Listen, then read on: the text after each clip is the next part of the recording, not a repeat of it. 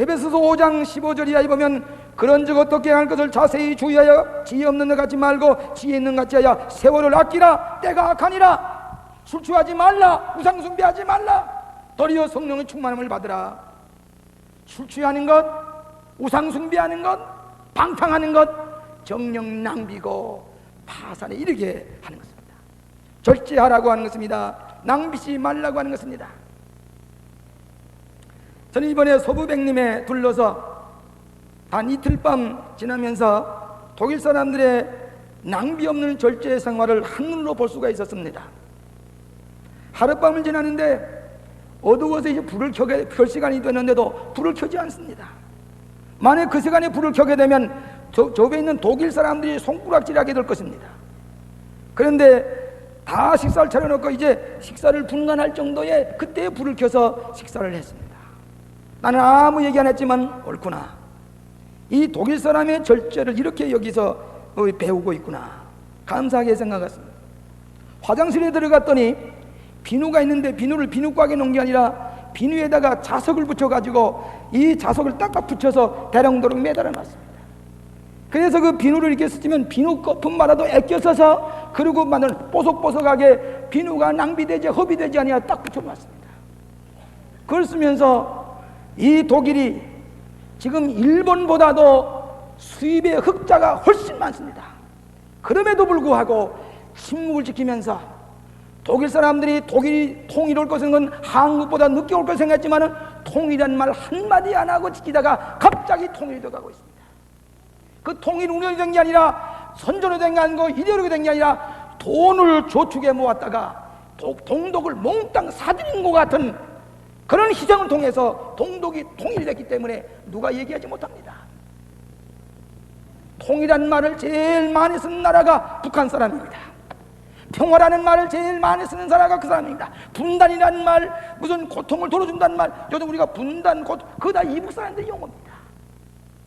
그럼에도 불구하고 가장 통일에 대한 정신적인 마음의 평화도 없이 그런 부정적인 관계를 가지고 있을 때에, 신뢰를 피차 잃어버리고 있을 때에 독일 사람과 같은 통일을 가지고 더 우리는 오늘 뭐 조금 잘 사는 것 같지만은 낭비벽이 너무 심합니다. 외제를 사들여다가 낭비하는 것은 한두 가지가 아닙니다. 우리 사람들이 사는 것은 불과 5,000불 나와의 GNP를 가지고 2만 불을 사는 사람보다 더 훨씬 잘 사는 것 같이 보여지는 것은 이 에너지 낭비 때문에 우리가 이 경제적인 축적이 없이는 통일도 어렵습니다.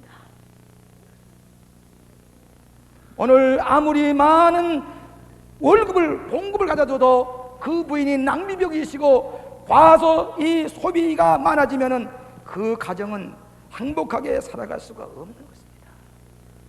오늘 하나님께서 우리에게 주신 에너지, 이 열량, 이 모든 풍성한 이 에너지를 절약하면서 가볍게 쓸 줄 아는 우리들이 되고 아니요 할 줄 알아야 됩니다. 남이다 해서 하는 게 아닙니다. 나인 아니요 할 줄 알아야 됩니다. 여러분이 전기가 한 줄만 가지고는 전기가 이 불이 켜졌습니다. 플러스 마이너스가 와 있을 때에 이 전기불이 켜진 것처럼 긍정적인 것, 부정적 아니요. 이건 우리가 할 게 아닙니다. 이 시대에 우리가 이게 할 게 아닙니다. 아니요라고 부정할 수 있을 때에 이 놀라운 에너지가 발동하게 되는 것입니다. 오늘 이 나라 백성들이 하나님께 주신 고귀한 에너지를 생산적으로 사용하지 아니하고 이기적으로 자기의 쾌락 만족을 위해서 자기만을 위해서 낭비하게 될 때에 통일은 가까워질 수가 없습니다. 요즘 이 큰 군붕어 항아리에다가 물을 엮어 좋은 군붕어를 키우는 집이 많습니다. 거기에 전류를 통해서 물을 따뜻하게 하고 산소를 공급해서 그 군붕어 노는 것이 어디 가든지 정서적으로 우리에게 좋은 그런 시료가 되고 있는 것도 알고 있습니다. 그렇게 잘 꾸며놨던 군붕어 항아리에 하루아침에 나가보니까 군붕어가 다 죽었습니다. 그렇게 재미있게 뜨는 군붕어가 위에 뚱뚱 떠 있습니다. 알고 보니까 지난밤에 전류가 끊어져서 산소가 공급되지 못하고 물이 온도를 맞춰주지 못하기 때문에 다 죽었습니다. 조용합니다. 다 죽었습니다. 에너지가 단절됐을 때에 그 모든 중국을 보면서 마지막 때가 이렇게 될 것이 아니냐. 오늘 하나님께 주신 에너지의 공급을 우리는 감사함으로 절약하면서 쓸 때만이 풍성한 에너지는 공부가 창조적이고 우리가 보다 믿고 사랑을 베풀고 하나님의 뜻을 실현하는 데 쓰여지는 에너지가 될 줄로 믿습니다.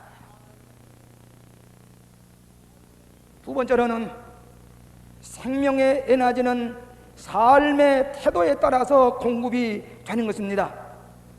여기 17절에 이렇게 말씀하고 있습니다. 믿음으로 말미암아 그리스도 예수께서 너희 마음에 계시게 하옵시고 너희가 사랑 가운데 뿌리가 박히고 터가 굳어져서 우리가 하나님께로 향하는 믿음, 예수 그리스도를 향한 사랑 깨달아 알고 믿을 때에 우리의 삶의 자세가 믿음으로 하나님께 향하고 그리스도를 향하게 될 때에 너희들에게 다함이 없는 은혜로 충만한 에너지를 공급해 주실 것이다.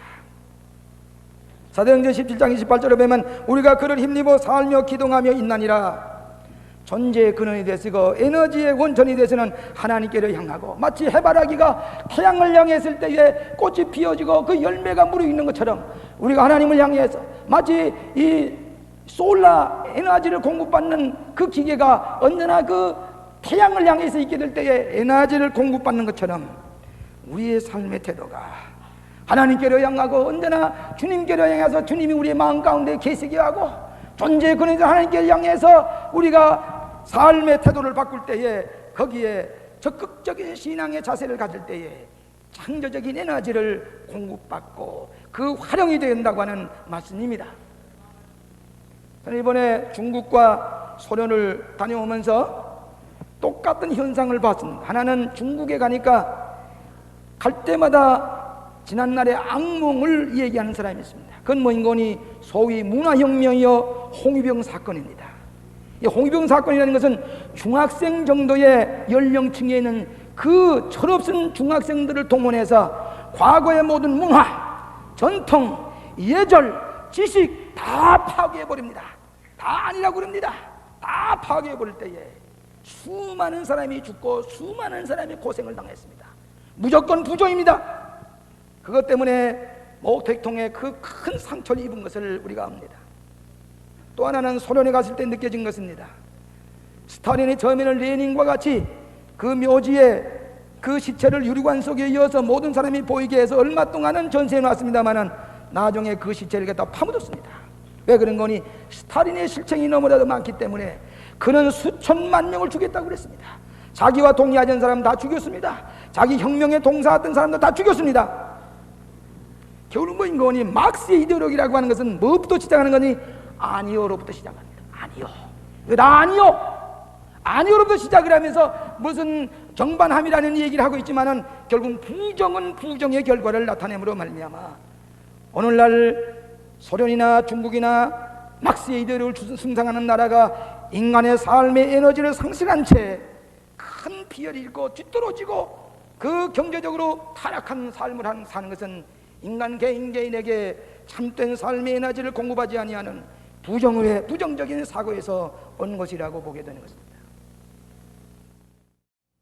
오늘 여러분이 체험적인 신앙을 가질 때에 헌신하게 되고 삶의 근원적인 변화가 일어나게 됩니다.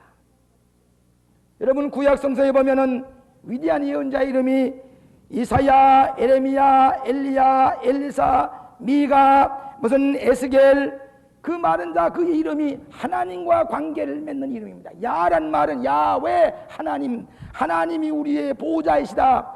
그 하나님과 관계된 이름을 가지고 예언을 했습니다. 그의 삶 자체가 하나님과 떨어질 수 없는 일상생활 속에 체험되어진 신앙을 예언자들이 가졌던 것을 말씀해주고 있습니다. 제가 지난 주간에 성남지구에 우리 교인들이 여러 번 사십니다. 그래서 거기에 신박을 가서 참 그렇게 어떻게 보면 어려운 가운데 있지만은 우리 교회 많이 나옵니다.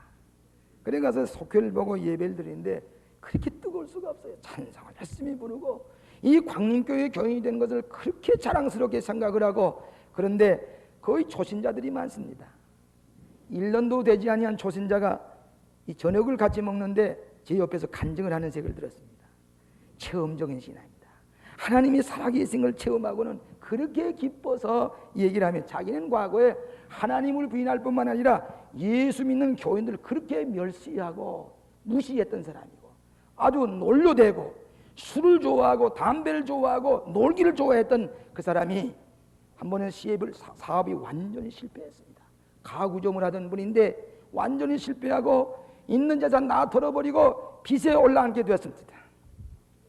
그때의 마지막으로 이제는 종교를 찾기 시작을 하는데, 내가 어느 교회 나갔으면 좋겠느냐고 물으니까 그 광림교회 나가자고. 그래 광림교회 나왔습니다. 와서 예배를 드리는데 그때 마침 우리 교회에서 호렙산 기도회를 가질 때입니다. 그래서 40일 동안 새벽 5시에 모여서 기도를 하는데, 내가 이제 이 예수 믿을 바에는 좀 더 깊이 좀 열심히 예수를 믿어보자 생각을 하고 매일 아침 호렙산 기도회를 성남에서 나왔습니다. 열심히 기도하는 중에 그분의 가구점을 이렇게 가구를 배달해야 할 길이 생겼는데, 제주도에서 지방자치제의회 회장을 만드는데 집기류를 구한다는 얘기를 듣고 거기에 견적을 냈습니다. 그래서 제주도에 내려갔습니다. 내려가서 이렇게 상담을 하다 보니까 시간이 다 됐단 말이에요.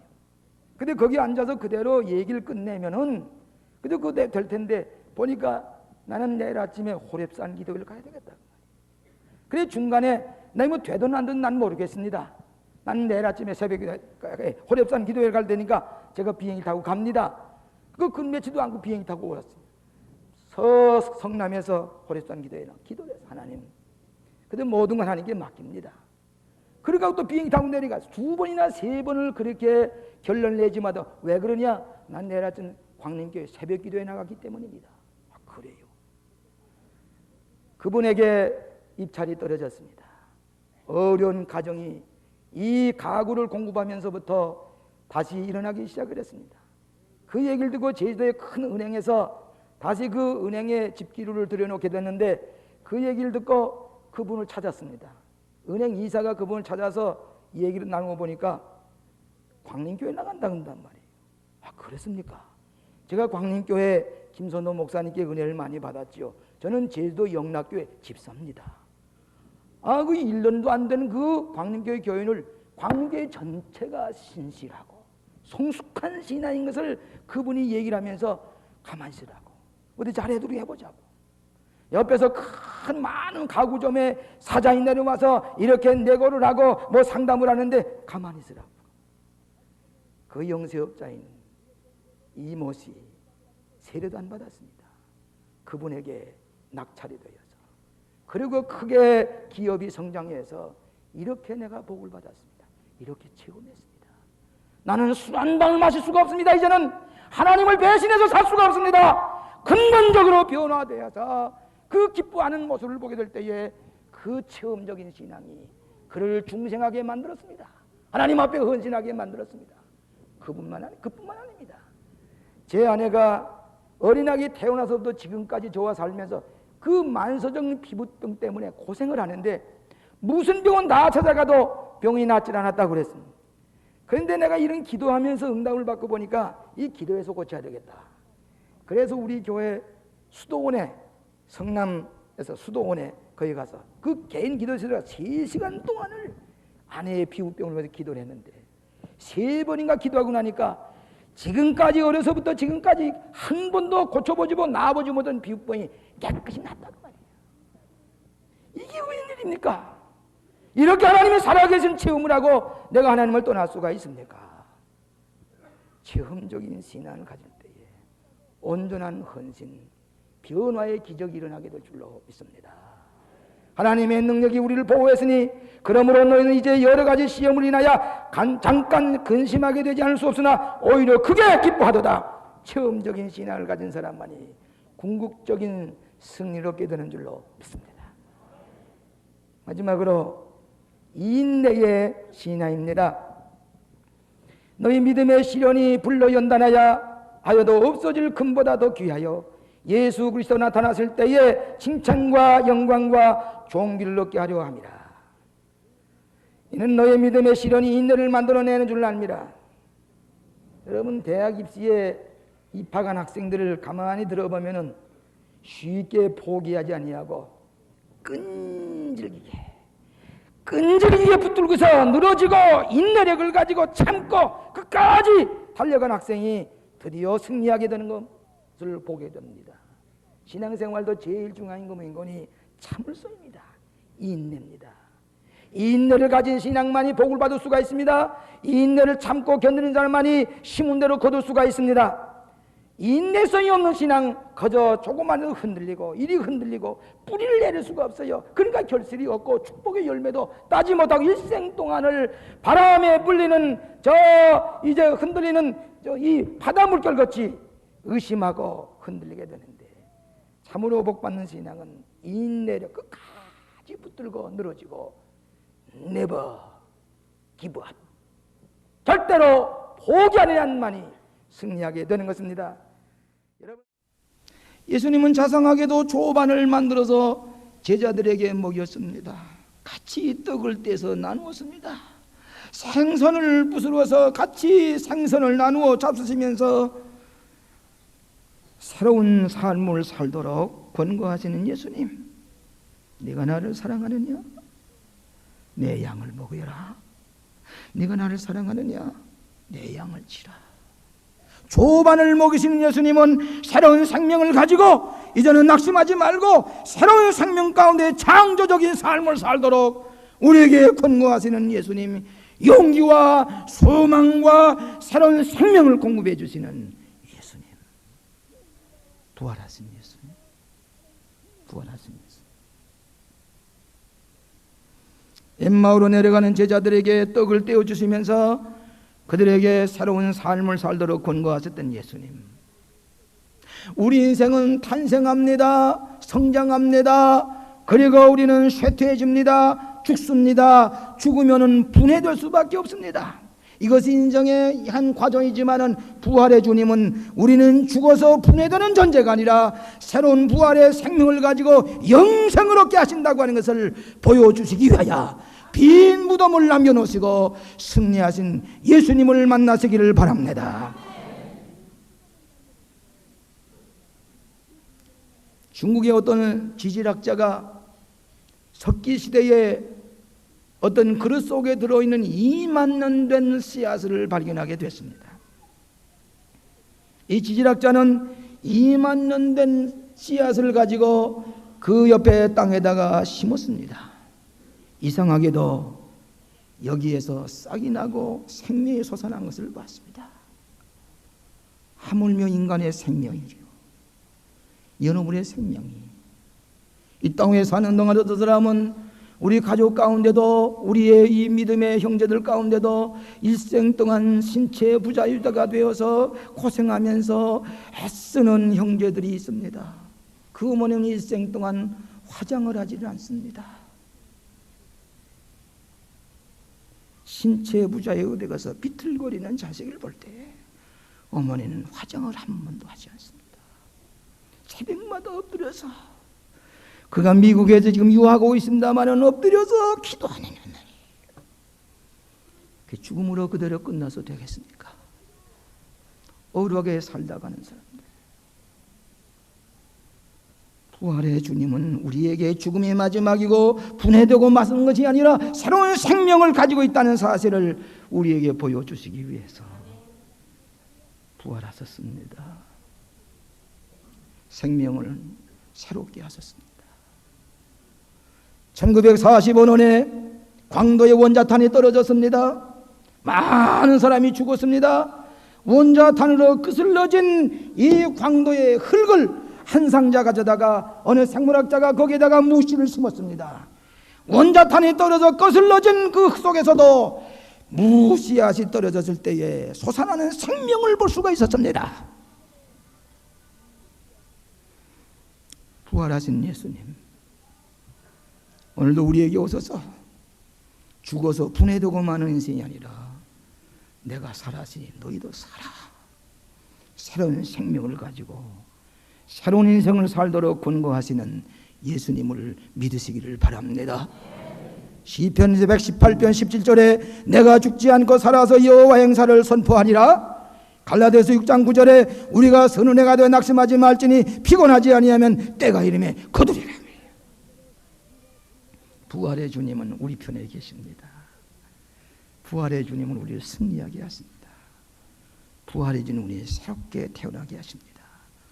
여러분 왜 예수를 믿습니까? 이 생명 가지고 안 되지 않겠습니까? 이 생명만 가지고 살기보다는 새로운 생명을 가지고 새롭게 거듭나고 영생하는 삶을 살기 위해서 우리는 부활하신 주님을 의지하고 살아가게 되는 줄로 믿습니다. 저는 인생에 용서하십시오 3번을 죽었다가 살아나는 경험을 했습니다. 하나는 어렸을 때에 폐영으로 다 죽게 되었습니다. 저 자신도 이젠 죽었구나, 흰 보자기를 씌워 넣는 경험을 그 모습을 보면서 나는 죽는 줄 알았는데 기도로 말미암아 살아났습니다. 부활의 생명을 가졌다가 믿었습니다. 또 하나는 6.25 동란 중에 전쟁터에서 다 죽게 되었습니다. 수많은 해결대와 죽은 시체를 보면서도 하나님께서 건져주셔서 내 기도를 들어주신 것은 나로 하여금 부활의 생명을 살게 하신 줄로 믿습니다. 오늘 내가 어느 때 죽어도 하나님께서 내 부활의 생명을 살려주신 것을 감격스럽게 살다가 갈 것입니다. 또 하나는 최근에 제가 감독회장회를 보면서 우리 많은 감리교들의 그 아픈 십자가를 제가 걸머지고 어떤 때는 밤잠을 이루지 못할 때가 있습니다. 그 때문에 수도원을 기도원을 수없이 오르내리면서 몸부림치면서 예수님의 십자가의 고난을 생각할 때에 빈 무덤 속에 가서 할렐루야 감사합니다. 승리하게 하시니 감사합니다. 저는 죽지 않습니다. 주님이 부활하셨음에 나도 새 생명을 삽니다. 빈 무덤 속에서 할렐루야 찬성을 부를 때가 한두 번이 아니었습니다. 여러분 낙심하지 마십시다. 실망과 좌절 속에 찾아오신 예수님, 우리의 일상생활 속에 찾아오신 예수님, 우리의 가정에 찾아오시고 우리의 직장에 찾아오시고 우리의 일터에 찾아오셔서 먹을 것이 있느냐, 구물 오른편에 던져 순종해. 구물이 찢어져 낚이게 하시는 고마우신 부활의 주님, 우리를 이들에 내버려두지 않으시고 새 생명을 주셔서 부활의 주님과 함께 새로운 인생, 가치 있는 인생, 영생의 삶을 살게 하시는 놀라운 은총이 여러분과 함께 하시기를 부활하신 주님의 이름으로 축원합니다.